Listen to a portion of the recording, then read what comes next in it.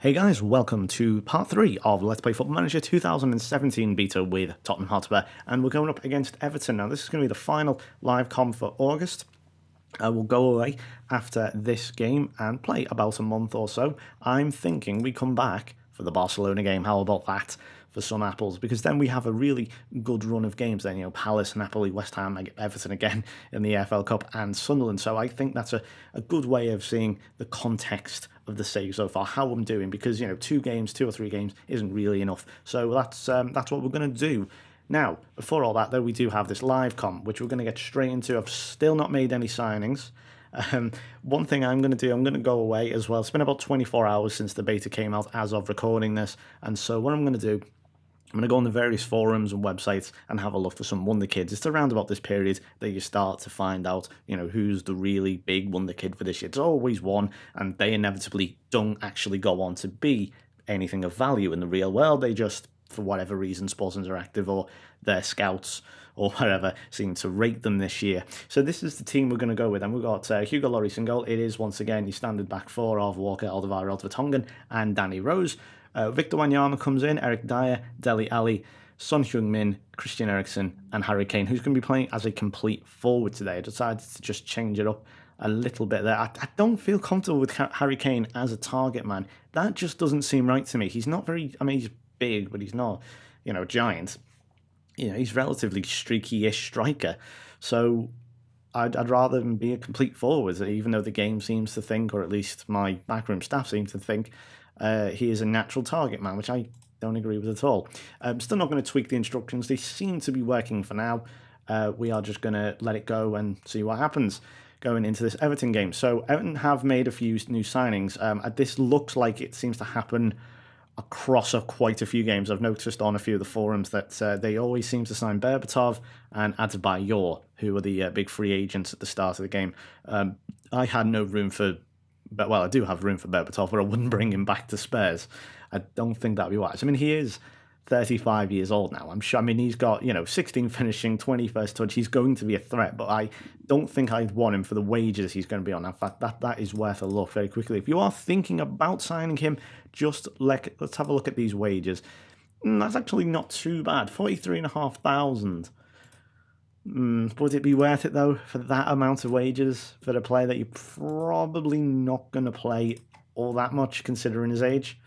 I'm not so sure. You might have to really think hard and long before you actually sign him. So, as I say, it's been about 24 hours since the beta has been out.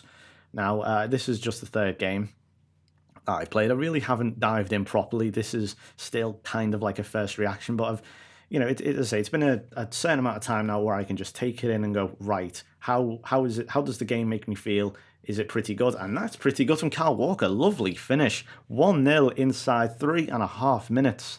Lovely stuff from Kyle Walker there. Nice build-up play. Let's have a look at this. Dele Alli then with the pass. Who's not marking him? It's Yannick Bolasie, who's, what a surprise, not doing his defensive duties. Slots it in. Pass to Kellenberg. Lovely finish. So yeah, it's been 24 hours, I think, and it's making me feel good. I do... Maybe it's because I'm going, a good team like Tottenham, and, it's a bit easier at this time. But so far, I've gotten good vibes off it. It's like previous games. Oh my God, it's 2-0. It's almost identical to Kyle Walker's goal. Son Heung-min, who has always been highly rated on Football Manager. Remember, I think when he played for, I want to say Bayer Leverkusen, please correct me if I've got that one wrong, that he was always go on.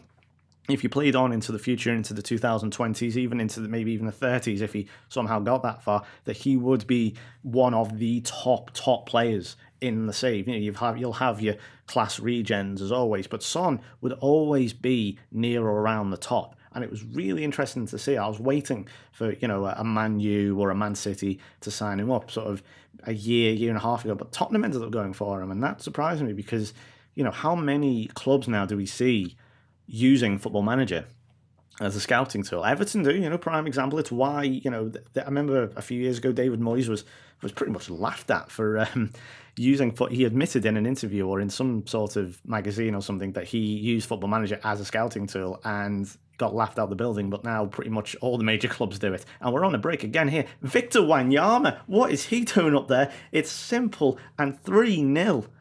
Wow, absolute tonking so far. Look at all the space. Perfect counter-attack. Son doing his job again, and it could have been anyone. It could have been Kane. And of all people, Victor Wanyama, who's not exactly known for his goal scoring, let's be honest, has made it 3-0, although he is on a yellow card.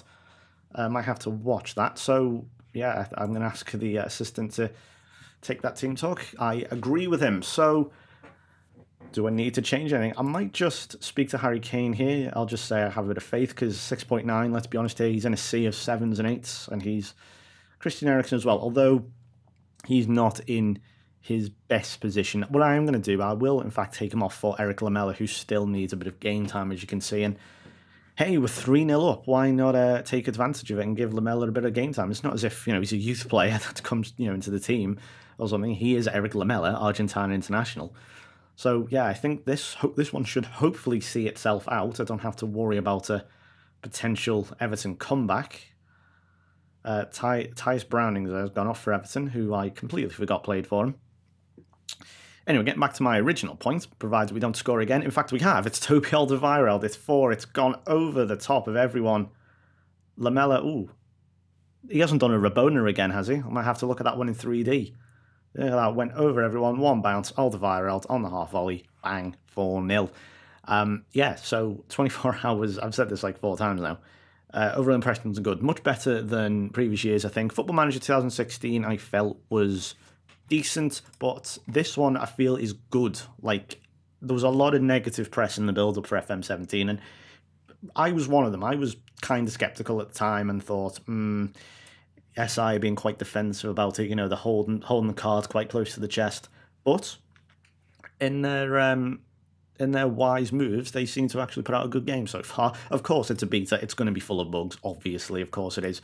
But let's see. Yeah, complete forward for Janssen. That's fine. So, but I am feeling good. Hopefully you are too. Please let me know what you think of the game so far. I would say I'm enjoying it about as much as I can within 3 games. And that is going to be it. Well, I was not expecting this. A 4-0 drubbing of Everton, which is always nice on this channel. We enjoy smashing Everton. And wow. Team talk, well, not really interested in them. Let's speak to them individually. Your defensive efforts were crucial? Not really.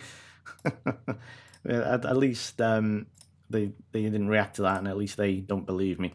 Right, so your top 4 here. Sunderland. What is Everton now have actually lost 3, and their goal difference is -9. I don't understand this. Sports Interact is supposed to be chummy with Everton. Very strange. So yeah, so far we've got unexpected teams at the top like Sunderland, Swansea, Watford, Leicester down there in 15th, Liverpool in 11th. Although they just smashed Palace 2-0. So, and it's a bit all over the place at the moment, as you can see. Teams yet to play, not even 3 games. So there we go then. That was pretty good, I thought. Lucas sends Arsenal top despite the fact there's a Man U badge there. Yes, and you can also tell I've put the real badges back on. I decided to go with this as now the update seems to have helped it. There was a minor update. It may have been a Steam update or a game update. I'm not quite sure. Either way, it seems to be working now. So if you have any graphics, you can put them on and it should work. And yes, let's address this elephant in the room, shall we? 5-4. Imagine this in real life. Sky Sports would not stop for weeks about this if it happened.